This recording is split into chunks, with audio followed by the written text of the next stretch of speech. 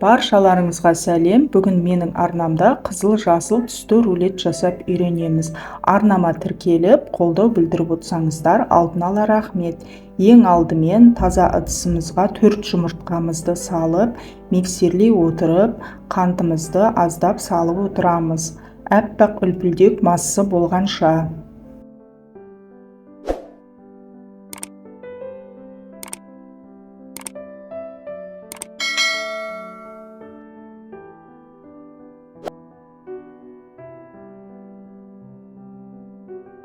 Міне үлпілдек массамыз дайын.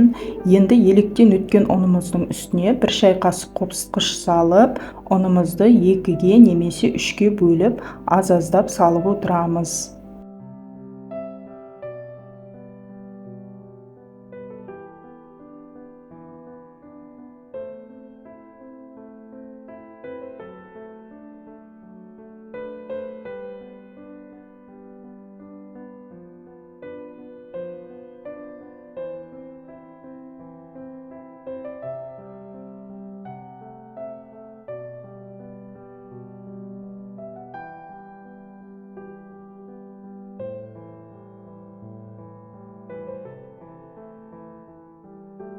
Дайын болған массамызды теңде 2-ге бөліп аламыз.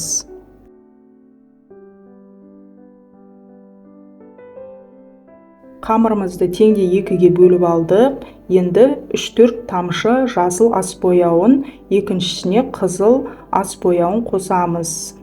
Жақсылап араластырамыз. Ас бояулары кондитерлік дүкендерде сатылады.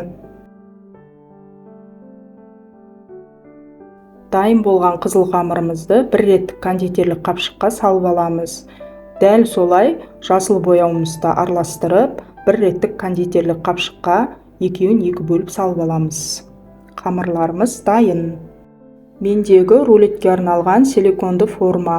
Формамыздың үстіне пергамент қағазын төсеп майлап аламыз. Дәл видеодағыдай қызыл қамырымызды формамызға орналастырамыз. Сосын жасыл қамырымызды да дәл солай орналастырып аламыз. Қызып тұрған пеште 170-180 градуста 10-15 минутқа пісіріп аламыз.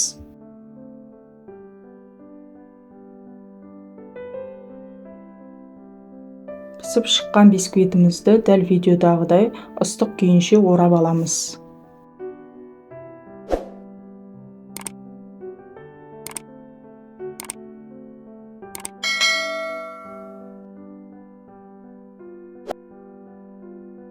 Бисквитіміз суығанша біз рулетіміздің кремін дайындауға кірісеміз. Кілегейімізді, творожный сыр және қантымызды қосып, 1 келкі массы болғанша миксерлейміз.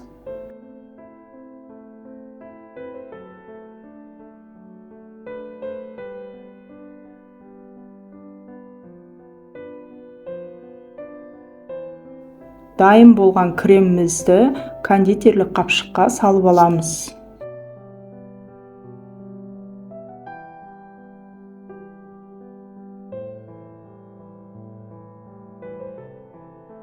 Бисквитіміз суыды, енді кремін жағуға кірісеміз. Рулетімізді нығыздап орап аламыз. Сыртын пищевая пленкамен қаптап, холодильникке 5-6 сағатқа қойып аламыз. Рулетіміздің кремі сіңіп, формасын жақсы ұстап тұру үшін. Рулетіміз дайын. Сүйіспеншілікпен пісіріңіздер. Сіздермен болған Гүлмира Темірхан. Аман сау болыңыздар.